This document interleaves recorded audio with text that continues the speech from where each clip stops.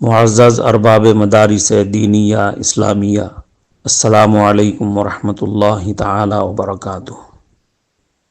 دور حاضر میں انگریزی زبان کی بڑھتی ہوئی اہمیت و ضرورت کی بنا پر چند ماہ پیشتر میں نے وقفے سے 2 بار درس نظامی اور عالمیت والے مدارس کے نصاب میں انگریزی زبان داخل کرنے کی طرف توجہ دلائی تھی۔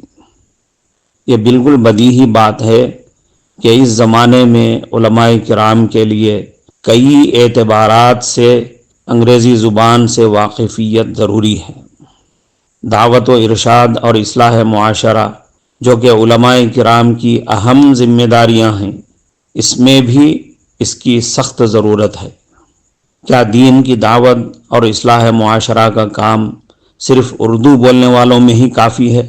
انگلش میڈیم اسکولوں اور کالجوں کے اسٹوڈنٹس کے درمیان، کالجوں اور یونیورسٹیوں کے لیکچررز، پروفیسرز، ڈاکٹرز اور انجینئرز جیسے تعلیم یافتہ لوگوں کے درمیان بھی علماء کرام کے لیے اصلاح معاشرہ کا کام کرنا بہت ضروری ہے۔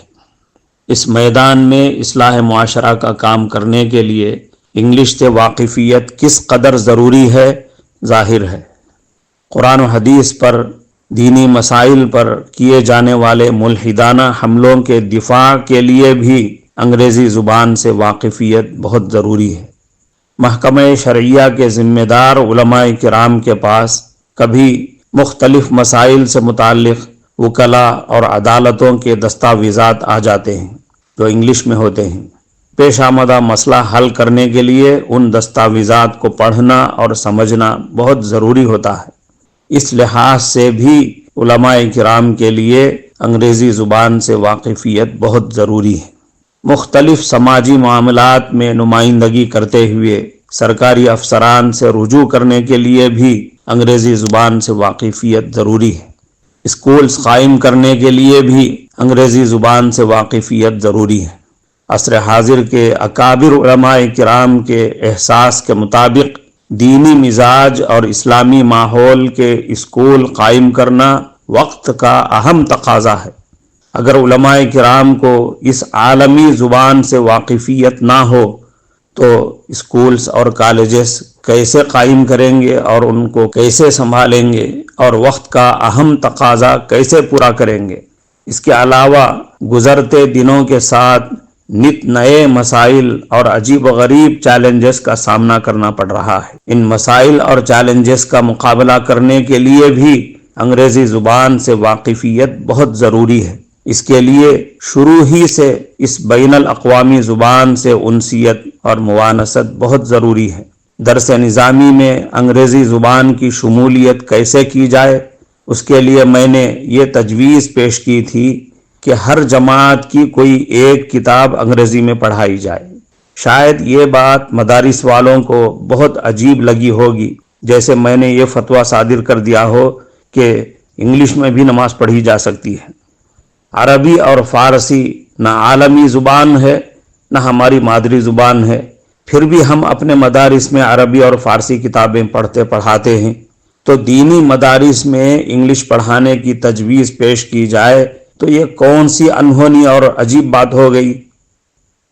تاہم میں اپنے ارباب مدارس کا بے حد شکر گزار ہوں کہ انہوں نے اگر اس تجویز کو قبول نہیں کیا تو رد بھی نہیں کیا اور اس پر کوئی منفی تبصرہ نہیں کیا۔ میرے خیال میں اس تجویز کو شاید اس لیے قبول نہیں کیا گیا ہوگا کہ درس نظامی کی کوئی عربی کتاب انگریزی میں کس طرح پڑھائی جائے اس کا مطلب یا طریقہ کار سمجھ میں نہیں آیا ہوگا۔ اس لیے میں نے مناسب سمجھا کہ اب اس کا طریقہ کار سمجھا دیا جائے۔ آپ کے علم میں یہ بات ہوگی کہ ہمارے عام مدارس میں بالکل ابتدائی جماعت میں پڑھائی جانے والی فقہی کتاب تعلیم الاسلام سے لے کر ہدایہ تک کی اکثر کتب فقہ کا اور دوسری کتابوں کا بھی انگریزی میں ترجمہ ہو چکا ہے۔ اب آپ جو سی کتاب انگریزی میں پڑھانا طے کریں وہ انگریزی کتاب لے لیں۔ مثلا ہدایہ کو آپ نے منتخب کیا تو استاد اور طلبہ سب کے پاس انگریزی والی ہدایہ ہوگی۔ درس نظامی یا عالمیت کی کسی کتاب کو انگریزی میں پڑھانے کا مطلب یا طریقہ کار یہ ہے کہ استاد سبق کی تقریر و تفہیم اردو میں کریں۔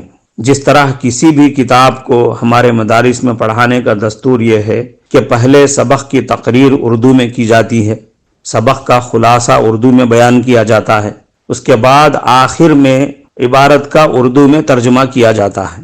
بالکل اسی طرح انگریزی والی ہدایہ کے سبق کی تقریر بھی اردو میں ہی کی جائے، اس کا خلاصہ اردو میں پیش کیا جائے، آخر میں انگریزی عبارت کو پڑھا جائے اور اس کا ترجمہ اردو میں کیا جائے، اور طلبہ جس طرح دوسری عربی کتابوں کا ترجمہ اپنی کاپیوں میں نوٹ کرتے ہیں، اسی طرح انگریزی کتاب کی انگریزی عبارت کا ترجمہ، اس کا خلاصہ اردو میں نوٹ کریں۔ بس یہ ہے کسی کتاب کو انگریزی میں پڑھانا۔ اگر شروع سے آخر تک ہر جماعت میں کم از کم ایک کتاب اس طرح انگریزی میں پڑھانے کا سلسلہ رکھا جائے تو طلبہ جو اسکولوں سے انگریزی کچھ نہ کچھ 5-6 کلاسز پڑھ کر آتے ہیں، اس طریقہ کار سے انگریزی زبان کے ساتھ ربط باقی رہے گا، بلکہ انگریزی نالج میں اضافہ ہوتا جائے گا اور آئندہ اس میں ترقی اور مہارت پیدا کرنے میں آسانی ہوگی۔ اگر ایسا نہ کیا جائے تو طلبہ جو اسکولوں سے کچھ پڑھ کر آتے ہیں، عالمیت کے 7-8 سالوں میں وہ بھی بھول جائیں گے، اور فراغت کے بعد انگریزی سیکھنا چاہیں تو پھر ABCD سے شروع کرنا ہوگا۔ اب میں اس کا ہلکا سا عملی نمونہ پیش کروں گا، ملاحظہ فرمائیں۔ یہ انگریزی والی ہدایہ ہے، اس کی کتاب النکاح کی چند سطروں کا ترجمہ ملاحظہ فرمائیں۔ He said، اس نے کہا، یعنی صاحب ہدایہ نے کہا۔ صاحب ہدایہ فرماتے ہیں، The contract of nikah is concluded through offer and acceptance using words that express the past tense۔ صاحب ہدایہ کیا فرماتے ہیں کہ ایجاب و قبول کے 2 ایسے لفظوں سے نکاح منعقد ہوتا ہے، 2 ایسے جملوں سے نکاح منعقد ہوتا ہے جنہیں فعل ماضی سے بیان کیا جائے، فعل ماضی سے تعبیر کیا جائے۔ The reason is that the form, although originally intended for notification, has been employed by the Sharia for the purpose of contract formation۔ کیونکہ اگرچہ فعل ماضی کو خبر دینے کے لیے وضع کیا گیا ہے، یعنی فعل ماضی سے بننے والا جملہ خبریہ بنتا ہے، لیکن دفع حاجت کے پیش نظر نکاح کا معاہدہ تشکیل دینے کے مقصد کی ضرورت پورا کرنے کے لیے اس کو شرعاً انشاء کے لیے متعین کر لیا گیا، یعنی جملہ انشائیہ کے طور پر استعمال کیا گیا۔ And it is concluded with 2 expressions where one of them expresses the past and the other the future, like one party saying marry me and the other saying I have married you۔ اور 2 ایسے لفظوں سے بھی نکاح منعقد ہو جاتا ہے جن میں سے ایک کو فعل ماضی سے اور دوسرے کو مستقبل کے صیغے سے، یعنی فعل مستقبل سے بیان کیا جائے، فعل مستقبل سے تعبیر کیا جائے۔ مثلا مرد عورت سے زوجنی کہے، تو مجھ سے نکاح کر لے کہے، پھر اس پر عورت تزوجتک کہے، میں نے تجھ سے نکاح کر لیا کہے۔ The reason is that this amounts to the delegation of authority for nikah، اس لیے کہ یہ جملہ زوجنی والا جملہ کہنا نکاح کا وکیل بناتا ہے۔ And one person acquiring the authority to make both statements, as we will be elaborating۔